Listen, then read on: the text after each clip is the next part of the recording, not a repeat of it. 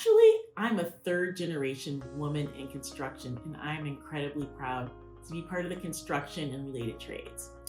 As a child, I always admired seeing the buildings that my grandfather worked on and helped to design.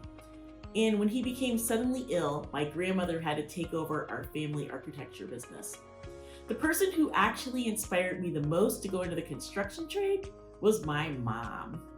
She told me to be an engineer and said, you know what, Shari, engineers can do anything, and women can do anything that they put their minds to do. And so in my family, there's several people working in the construction trades, doing everything from interior design to construction management to architecture. And I had to decide what kind of path I would take. And one of the things that I recall as a child was remembering my grandfather coming home every night and greeting each of us and giving us a hug and a kiss and to say, welcome home. And that really inspired me to go into the safety and health world so that each construction worker can go home just like my grandfather did and give his children and grandchildren a hug and a kiss. So for me, I've spent the last almost 30 years helping to make sure that construction workers go home healthy and safe. I spent over 20 years working on high visibility clothing. These are the high visibility vests that construction workers wear to prevent struck by accidents. Also, in my later years, I worked on all types of PPE that are worn by construction workers, including hearing protection, fall protection, eye protection, and respiratory protection, helping to keep construction workers healthy and safe.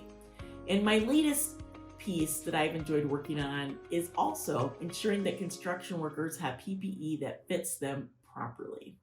And one area of diversity and inclusion that I am personally passionate about, and one area that I encourage all construction companies to consider, and that is making sure that you have PPE that properly fits each and every construction worker on that site. So as safety and health professionals and owners, we have a responsibility to ensure that our workers make it home every day safety and protected, and that they have PPE that is designed for the task. According to OSHA, not having PPE that fits properly can leave workers dangerously exposed. So how can you know if the PPE is actually fitting your workers if you haven't done any assessment?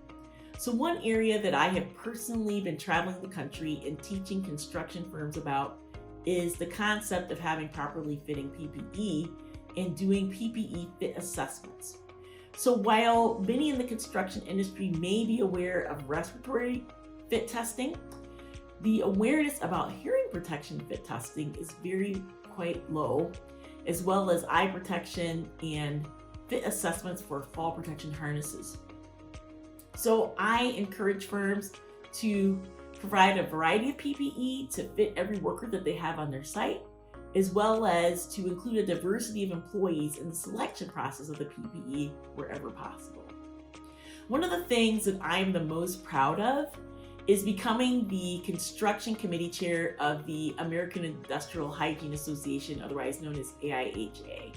So being part of that committee over the years has been incredibly helpful to me in my career. It helped me to extend my knowledge of safety and health in construction. It helped me to meet several other experienced safety and health professionals, which helped to provide me with great mentors in the construction industry and safety and health, to teach me a lot of things about the industry that I didn't know, as well as being part of the committee has given me a personal platform and a platform for education of the construction industry to make sure that people know what can keep them safe and healthy in the construction.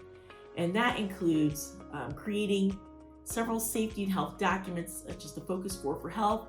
And during the pandemic a few years ago, we actually put out a COVID-19 version to help keep construction workers safe from COVID while on the job.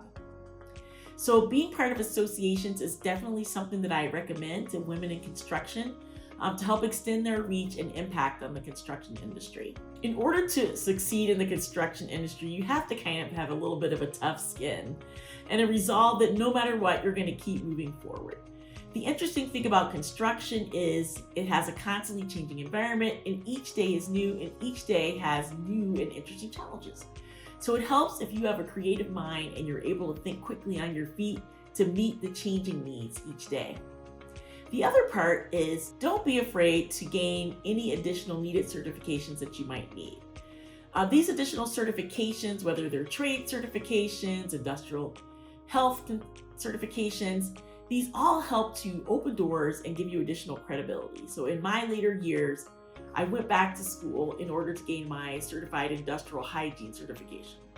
I was in school, my son was in school, we were in school together. And so one of the things that I would encourage you as women in construction is to never stop learning and to continue honing your skills. Once I had that certification, it allowed me to do a lot more teaching and education, and it opened a lot more doors for me in my career. One strategy for advancement is to have both mentors and sponsors. I had both male and female mentors, and I would recommend that you do the same.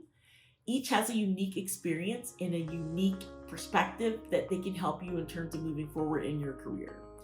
And if you're going to be in a technical career, it's helpful to have both technical and leadership style mentors. So I had technical mentors, which helped me to understand the ropes of industrial hygiene, helped me to understand the community, helped me to understand the industry. But also I had mentors which helped me with my leadership and my management skills, which helped me to grow as a leader and to grow professionally. So I also recommend that you get sponsors. So while mentors can help you, sponsors are people that advocate for you. So they can be in the room where you're not and advocate that you get an opportunity to try things that you may have the skills to do. My advice to you young ladies is that the field of construction is wide open to you. We now make up about 10% of the construction industry, so that means there's quite a bit of room for growth. There are many areas where young ladies can have an impact. That includes working in the areas of design, interior design, architecture, construction management, supervision, trades, and safety and health, of course. I'm a little bit biased on the safety and health. But there's a lot of great dynamic women in construction who are making great impact in safety and health. Some of the areas where women in construction, from a safety and health perspective, are making impact includes areas of mental health. We have some ladies now sitting on OSHA's Advisory Council for Construction Occupational Safety and Health Committee. We have key women writing chapters in the occupational hygiene manuals, and many, many more. So young ladies, there's plenty of opportunities for you to make your field in construction, and I hope you will enjoy it as much as I have for the past 30 years. Thank you.